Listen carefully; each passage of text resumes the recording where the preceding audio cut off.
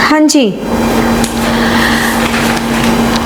Resume करते हैं। Last question हमने 7 तक किया था। 8th ट्रांजेक्शन थी, sold goods costing rupees 2000, cost थी 2000, प्रॉफिट है 20% ऑन सेल्स।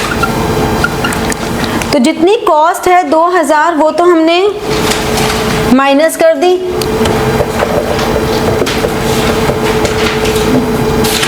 गुड्स में से, राइट। अब क्या हो रहा है, 20% ऑन सेल्स। शॉर्टकट समझ में आया था या वो एक्सप्लेन कर दूं फिर से? आ गया था। तो यानी कि बता रही हूँ, दोबारा से बता देती हूँ, कोई नहीं। यानी कि profit is 1/5 on sales.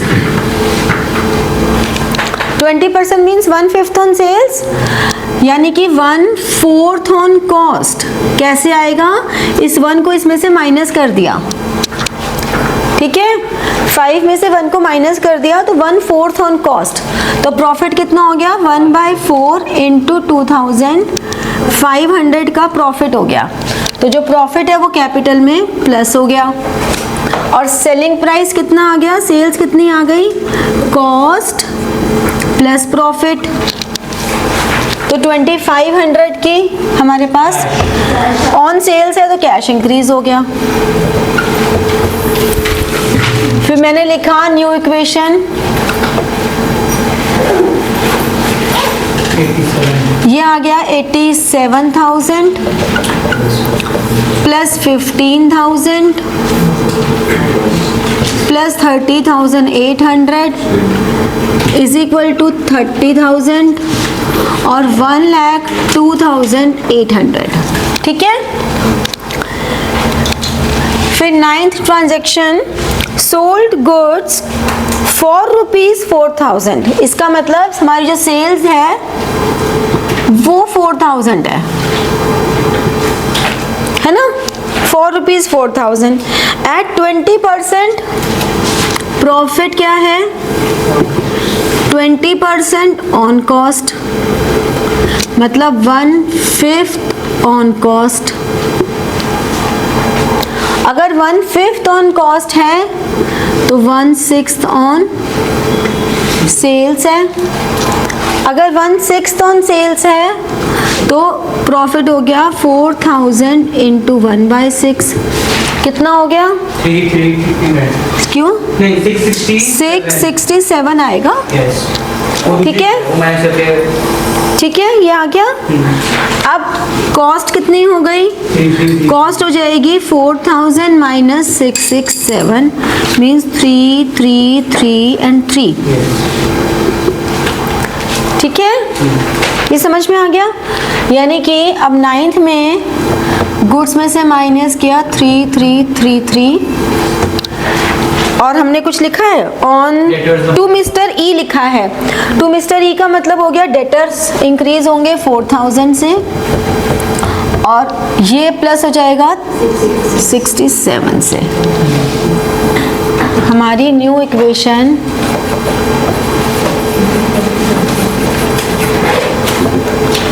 $87 plus 7, 6, 6 और 1 और 1 plus 34,800 is equal to 30 plus 674,301, ठीक है।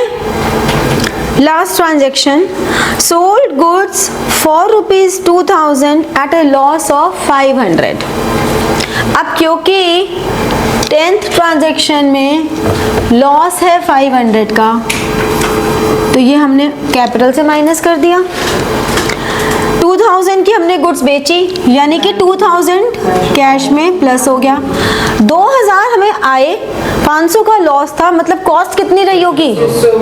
2500। तो 2500 की कॉस्ट रही होगी ना हमारी, तभी तो हमने 500 के लॉस पे बेची है। अब न्यू इक्वेशन,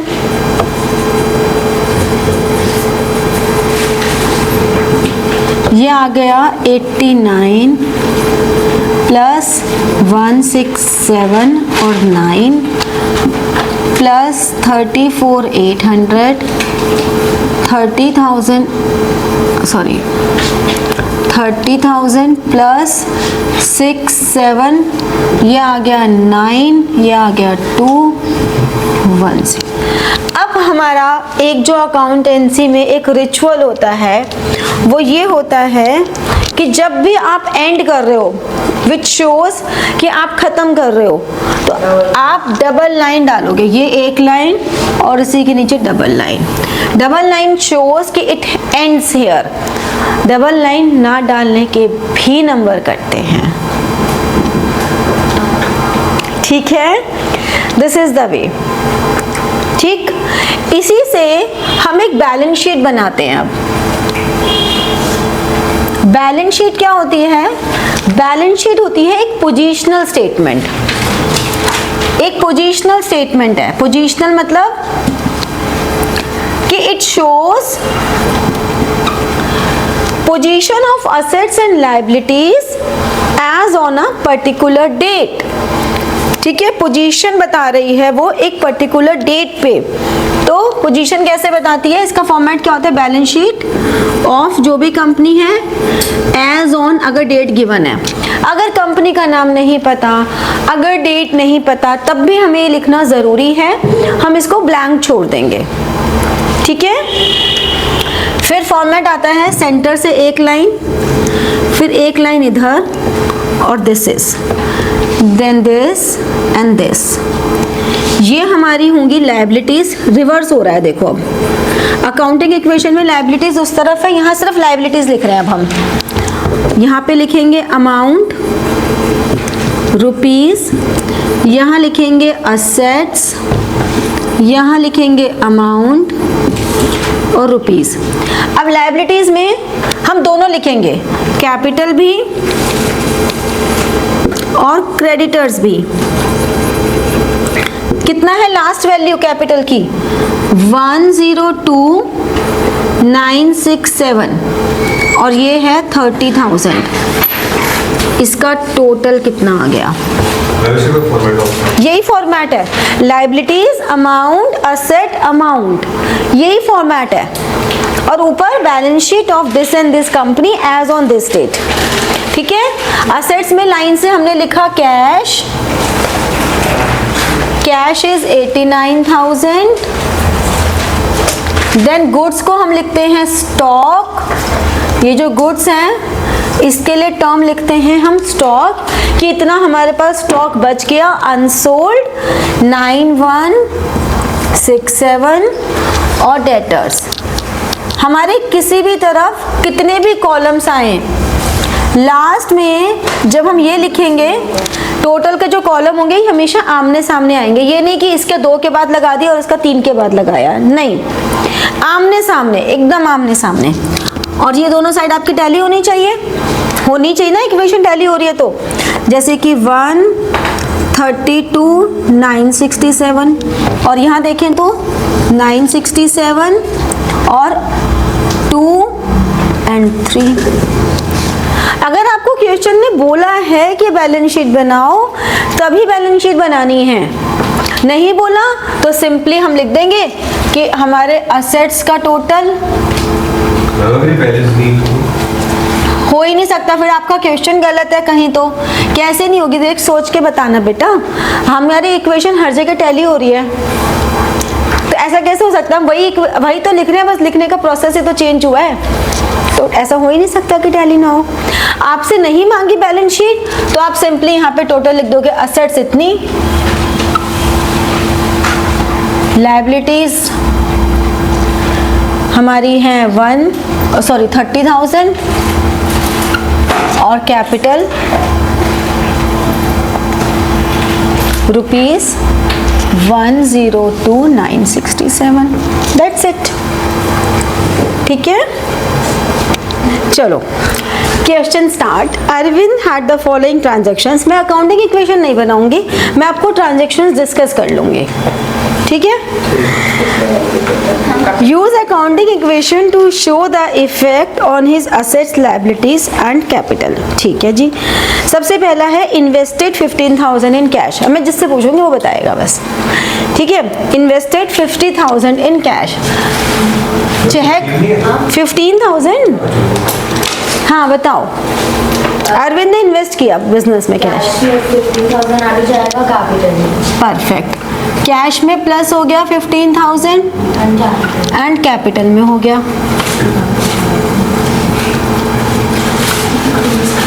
ठीक है। Jatin B, purchase security 7,500 in cash. Cash से 7,500 कम हो जाएगा, कैश से 7,500 कम, 7,500 बढ़ जाएगा। बिल्कुल गलत, बिल्कुल गलत। क्यों? देखो सिक्योरिटीज क्या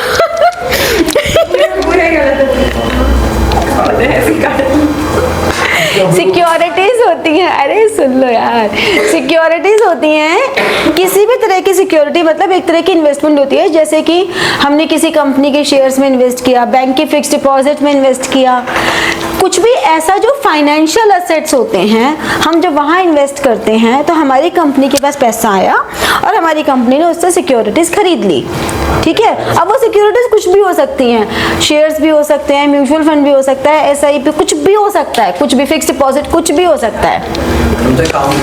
तो ये हमारे लिए असेट्स में एक सेपरेट हेड बनेगा सिक्योरिटीज का, और उसमें प्लस हो जाएगा 7,500। समझे? बता तो रही हूँ, असेट्स में एक सेपरेट हेड बन जाएगा ना बेटा। जैसे असेट्स में आपके अलग अलग हेड्स बनते हैं ना, कैश, गुड्स, डेटर्स, ऐसे ही ये भी एक हेड बन जाएगा सिक्योरिटीज का। अभी तो हम ऐसे ऐसे क्वेश्चन करेंगे कि तुमको अपने रजिस्टर में ये ऐसे तो तुम कर ही नहीं पाओगे, तुम्हें ऐसे करना पड़ेगा कि एक तरफ यहाँ पूरे पेज पे असेट्स है और इधर सिर्फ लायबिलिटीज, इतने सारे हेड्स बनेंगे। असेट्स के अंदर 4-5 हेड्स बन जाएंगे, और या फिर रजिस्टर को ऐसे करके करना पड़ेगा इतने लंबे पे, ठीक है। अभी तो बिल्कुल क्या कहते हैं, स्टार्टिंग ही है, अभी तो तुमने बस यूं निकले हो। तो परचेज सिक्योरिटीज में ये आ जाएगा। सी पार्ट बताओ आरव वर्मा जी। कैश में से 5,000 माइनस हो जाएगा, कैश में से 5,000 माइनस हो गया। फिर गुड्स में 15,000 प्लस। ये गुड्स क्यों सब जगह घुसा रहे हो?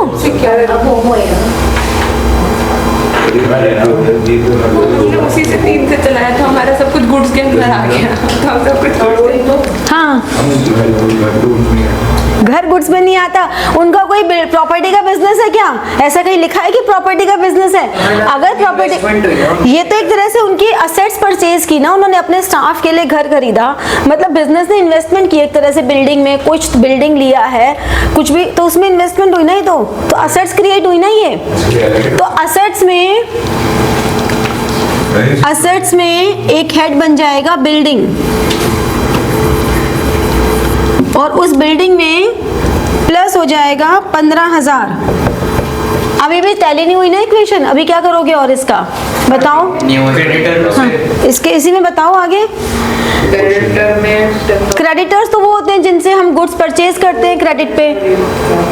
हम लोन पे करना उसमें, क्रेडिटर भी तो बढ़ेगा। तो क्रेडिटर नहीं बढ़ेगा, लायबिलिटीज में क्रेडिटर भी तो होगा। नहीं, क्रेडिटर्स गुड्स के लिए होता है लोन, लोन में प्लस 10,000 क्रेडिट। ध्यान रखो, हाँ ध्यान रखो, डेटर्स और creditors, these terminologies are used only for goods. अगर हमने गुड्स के अलावा कुछ भी क्रेडिट पे सेल परचेज किया है तो वो अलग से मेंशन होगा। तो यहाँ पे लायबिलिटीज में लोन अलग से मेंशन होगा, ठीक है। चलो डी पार्ट, लक्ष्य।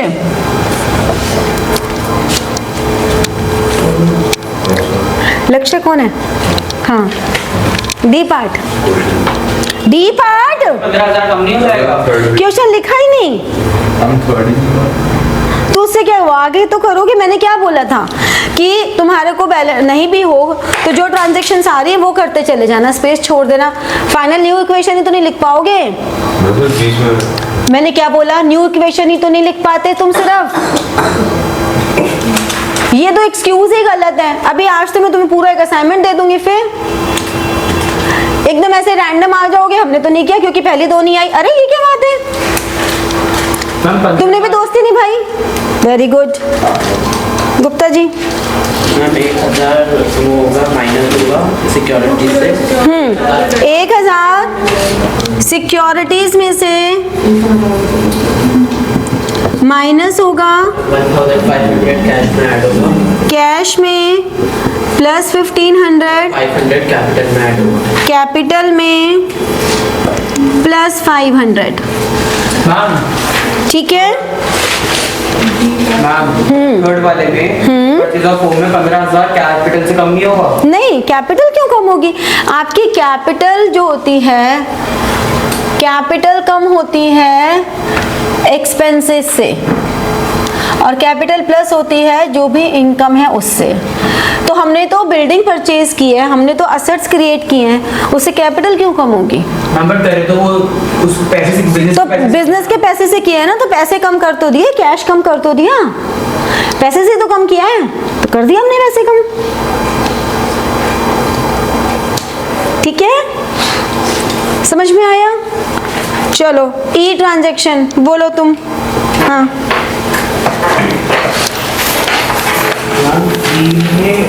2800 कैश में से माइनस होएगा, ठीक है। और इसमें मेरा सेपरेट कॉलम क्या होगा आप बता दो। मैंने गुड्स में कर दिया ऐड। नहीं, एसेट्स में एक सेपरेट कॉलम आएगा कार, उसमें 2800 प्लस होगा। ठीक है हर चीज का अलग अलग जी। हाँ जी बताओ प्रतीक। एक सेकंड एफ लिख लेना आराम से, बाद में, पहले मेरे को डिस्कस करने दो। एक सेकंड, कुछ नहीं है। एफ बताओ। Received cash commission. अच्छा क्या?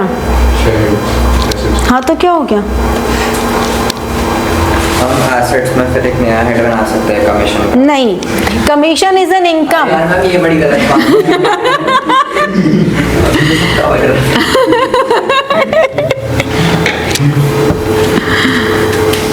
कैश में प्लस, कैपिटल में प्लस। मैंने बताया जो भी इनकम होती है, अलग हेड बनता है असेट्स का, अलग हेड बनेगा असेट्स का।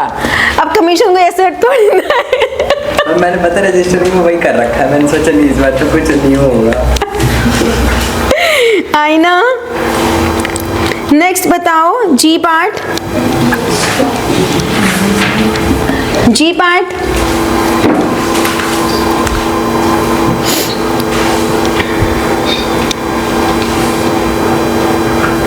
बोलो।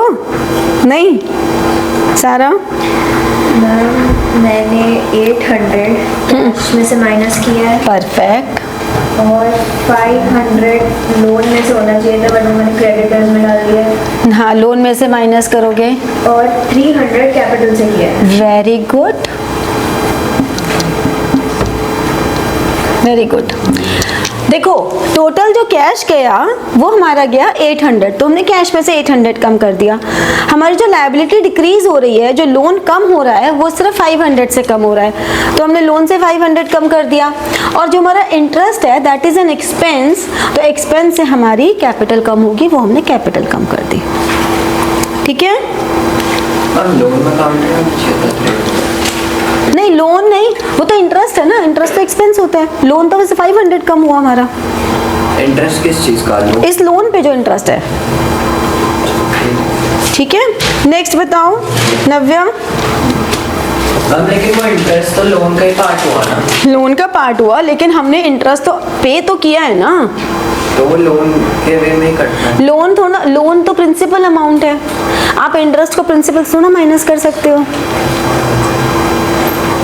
नव्या ये इसका अलग कॉलम बनेगा। किसका? क्या है? Paper house hold. अब सबके अलग बना दो तुम। माइनस होगा और कैपिटल में से वहाँ पे ठीक था मेरा। तो फिर मुझे लगा इसका भी कुछ। अरे भाई ड्राइंग्स जो होते हैं ये तो ड्राइंग्स है ना, हाँ तो ड्राइंग्स की वजह से तो कैपिटल ही कम होती है ना। क्या है तो क्या इसका कुछ नहीं। बोलो। लास्ट में सिक्योरिटी में 200 प्लस होगा नहीं, तो कैश में प्लस होगा 200 और कैपिटल में 200। परफेक्ट। कैश में प्लस हो गया 200 और कैपिटल में प्लस हो गया 200। ठीक है। पक्का? कोई भी ऐसा नहीं है ना जिसको ये टर्म के बारे में नॉलेज ना हो? वो तो हो जाएगी। मैं ये जानना चाह रही हूँ, क्या किसी को इस टर्म्स को देख के ऐसा फील हो रहा है कि कौन सी भाषा लिखी है? नहीं ना, आउट ऑफ सिलेबस नहीं फील हो रहा ना, अब नहीं हो रहा ना, अपना अपना सा कुछ आ गया। Do you remember outstanding expenses? Expenses which are due but not paid. जी बोलो बोलो। Outstanding expenses due but not paid.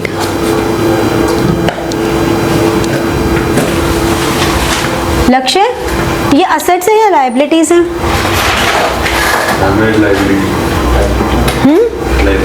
Liabilities हैं।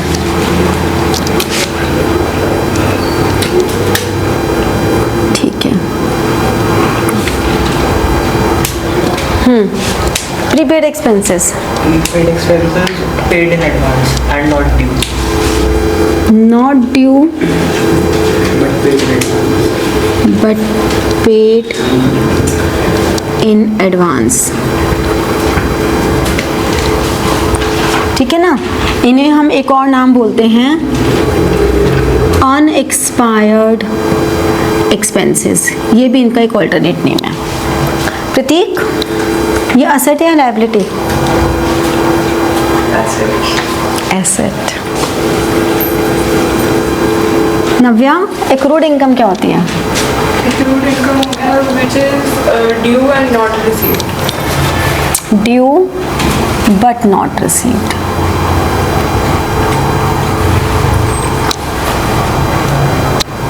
सारा, असेट्स है लायबिलिटी?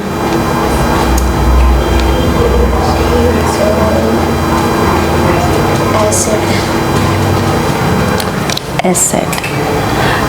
फुसफुसाओ मत, जिससे पूछ रही हूँ उसी को आंसर करने दो। चेक अनअर्न्ड इनकम एडवांस में मिल गई, मतलब नॉट ड्यू बट पेड नहीं होगा, रिसीव्ड इन एडवांस। हिमांशु, क्या है, एसेट या लायबिलिटीज? एसेट है, एसेट है, एसेट ही है, एसेट है। जतिन,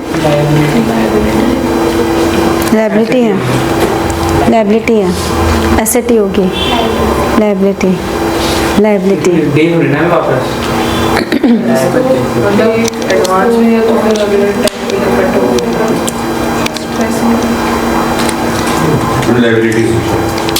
लायबिलिटी होगी शायद। चलो, एक एसेट से लायबिलिटी पे चला गया। Liability हो गया 100%. 100% लायबिलिटी है, 100% लायबिलिटी है। लायबिलिटी, अरे सबने अपने वोट चेंज कर लिए। मैं भी आ सकता हूँ। तू अभी भी एसेट पे ही है, तू भी एसेट पे, तू भी एसेट पे। चलो एक बहुत ही रियल एग्जांपल देते हैं, एकदम सिचुएशनल। फीस एडवांस में लेती हूँ ना मैं, है ना? मतलब वो तुम्हारी मर्जी है, पूरे साल की या जो भी है, मतलब मैं एडवांस में लेती हूँ। मेरे ऊपर क्या ऑब्लिगेशन है तुम्हारे टुवर्ड्स यू, अगर मैंने एडवांस टू टीच यू। अब मैं एडवांस में लेके फिर मैं बोल दूँ अभी क्लासेस नहीं होंगी 15 दिन, हम 15 दिन बाद शुरू करेंगे। तुम एक बार को शायद खुश हो जाओ, लेकिन तुम्हारे पेरेंट्स तो बिल्कुल भी नहीं होंगे। अरे मैम ने फीस ले ली, मैम ने फीस ले ली और मैम क्लासेस नहीं शुरू कर रही। ये कोई बात होती है? हमने एडवांस दे दी, हमने तो पूरे साल की फीस एडवांस दे दी और मैम ये है कि करती जा रही है पोस्टपोन। हाँ, तुम कुछ कह रही थी?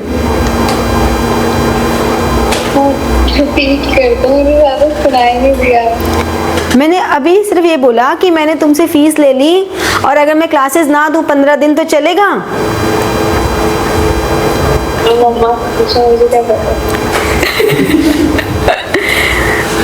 मम्मा गुस्सा करेंगी ना एक बार तो कि मैम ने, यार कमाल है, मैम ने फीस ले ली और मैम जो है पढ़ा नहीं रही है। एमी कुछ भी नहीं है मेरे को दिक्कत, एमी भाई कोई दिक्कत हो तो इंसान समझता भी है। मीन्स बहुत बेसिक सी बात है कि व्हेन यू पे इन एडवांस और you received income in advance, a liability, an obligation occurs on you to render services against that income. आपके पास पैसा आ गया, बट अगर आपने एडवांस पैसा लिया है, अगर मैंने इस जगह का रेंट एडवांस में दिया है तो मैं ऑथोराइज्ड हूँ जितने टाइम का मैंने रेंट दिया है उतने टाइम इस जगह को यूटिलाइज करने के, हूँ कि नहीं हूँ? तो for whatever whenever we received advance income we have an obligation to render services for that money. That's why advance income is always a liability. समझे? इसलिए वो असेट नहीं है। तुमने असेट इस उससे बोला कि हमारे पास पैसा आ रहा है, कैश आ रहा है, कैश आ रहा है, that is a different thing. But इसका नेचर क्या है? इस पूरे एपिसोड का नेचर तो लायबिलिटी है, कैश आ रहा है, वो तो ड्यूअल एस्पेक्ट है। असेट और लायबिलिटी दोनों ही होगा, ड्यूअल एस्पेक्ट है, या तो दोनों असेट ही कम होंगे, ज्यादा होंगे, या लायबिलिटी साइड ही कम ज्यादा होगी, या एक असेट एक लायबिलिटी, वो तो रहेगा ही रहेगा। हमें बेसिक नेचर देखनी है ना। The basic nature is unearned income which you received in advance, it is a liability.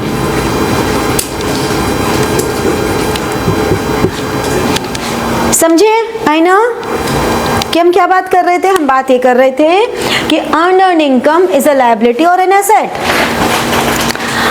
अब ये तो हो गई, अब इसको अकाउंटिंग इक्वेशन में कैसे सेट करेंगे?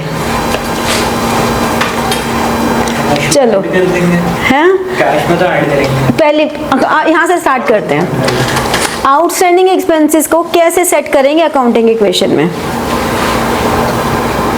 मैम लायबिलिटी में कोई कॉलम बनता होगा? हाँ, बन जाएगा। ये नहीं पता कौन सा बनेगा, इसी नाम से बनेगा। हाँ बिल्कुल, लायबिलिटीज में हम, क्योंकि हमारे पास स्पेस की प्रॉब्लम होनी शुरू हो जाएगी तो हम शॉर्ट फॉर्म लिख देंगे और ऊपर की बना देंगे, O/S expense EXP is equal to outstanding expense. क्योंकि इतनी बड़ी बड़ी टर्म्स है हमारे पास, स्पेस, अब स्पेस मैनेजमेंट तो करना पड़ेगा ना थोड़ा सा, ठीक है? तो हम की बनाते जाएंगे, जो भी शॉर्ट फॉर्म हम लिखेंगे ऊपर। आउटस्टैंडिंग एक्सपेंस का कॉलम बन गया। अब आगे ठीक है, इसमें प्लस हो गया बस। और फिर बस कैसे हो सकता है? हमने रेंट नहीं पे किया। हाँ बोलो बोलो, हाँ हाँ सही जा रही हो, हाँ यही बोला ना। हाँ, कैपिटल में से माइनस, क्योंकि ये एक्सपेंस हमारा ड्यू हो चुका है। अगर ड्यू है मतलब कैपिटल में से माइनस हो जाएगा, क्योंकि हमारा एक होता है एक्रूअल कॉन्सेप्ट। हमारा एक्रूअल कॉन्सेप्ट होता है, वो क्या कहता है? ऑल ट्रांजैक्शंस, जितनी भी ट्रांजैक्शंस हैं, आर रिकॉर्डेड व्हेन हैपन्स, जब हो रही हैं तभी करनी है, वेदर पेड और नॉट, वेदर रिसीव्ड और नॉट। ये मैटर ही नहीं करता कि हमने पे किया है नहीं किया, रिसीव किया है नहीं किया, जो डे ऑफ ट्रांजैक्शन है उस दिन हम रिकॉर्ड करेंगे। अब क्योंकि हम रिकॉर्ड करेंगे तो हम बताएंगे कि अच्छा जी ये हमने ड्यू किया तो कैपिटल से माइनस हो गया और लायबिलिटी तो बढ़ ही गई ना हमारी, तो लायबिलिटी में आउटस्टैंडिंग एक्सपेंसेस का एक कॉलम बना देंगे और सब हेड बन जाएगा। समझे? चलो, prepaid expenses, how will you treat prepaid expenses? Cash में से माइनस करेंगे, असेट्स में कैश में से माइनस करेंगे, कैपिटल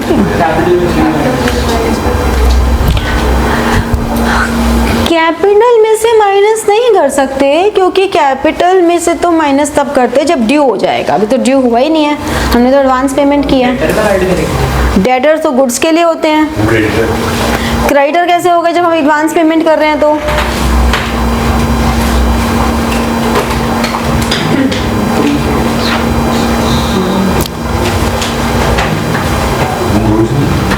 गुड्स कहाँ से?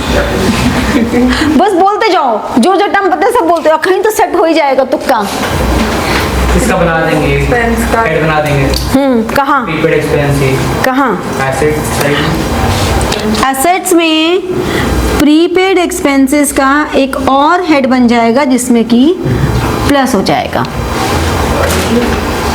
ठीक है, समझे? एक्रूड इनकम, इसका भी अलग बन जाएगा। कहाँ बन जाएगा?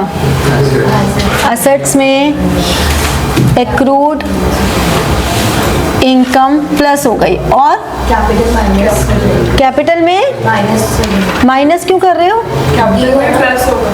कैपिटल में भी प्लस होगा ना, इनकम है बेटा, इनकम है, अनअर्न्ड इनकम। अब हो गया ना, चीजें आने लग गई समझ में थोड़ी थोड़ी। ये भी इनकम है, फिर ये भी प्लस ही होनी है कैपिटल में। कैपिटल में बट ये नॉट ड्यू है। अरे मैम कैश में प्लस होगी कैश में प्लस हो गई, और लायबिलिटी में कोई कॉलम बना है, लायबिलिटी में एडवांस इनकम प्लस हो जाएगा। का कॉलम बनेगा और उसमें प्लस हो जाएगा। ठीक है, एक और बताओ, अगर डेप्रिसिएशन हो, डेप्रिसिएशन ऑन असेट हो,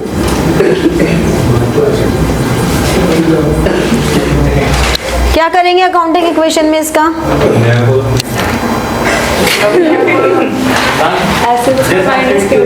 माइनस कर देंगे, असेट में से माइनस कर देंगे जो भी रिलेटेड असेट है, कैपिटल में से भी माइनस करेंगे। और कैपिटल में से माइनस करेंगे।